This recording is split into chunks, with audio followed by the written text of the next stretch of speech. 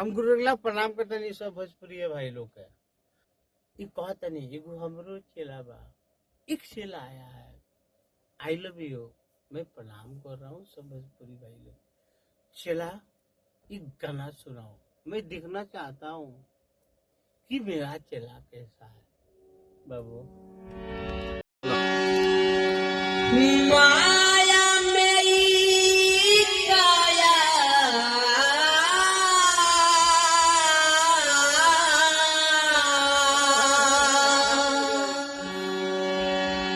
कि माया मेरी काया ओइसन लपटाई बा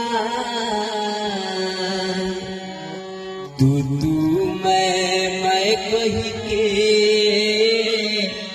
सब लोग भुलाइल बा तू मैं कही के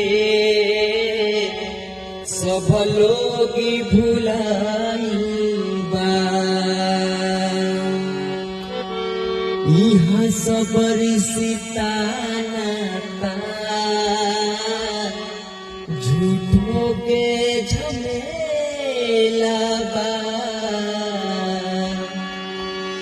यहाँ सबर सिताना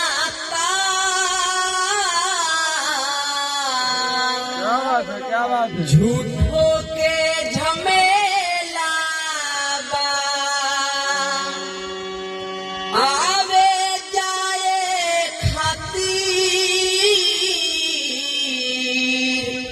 जगला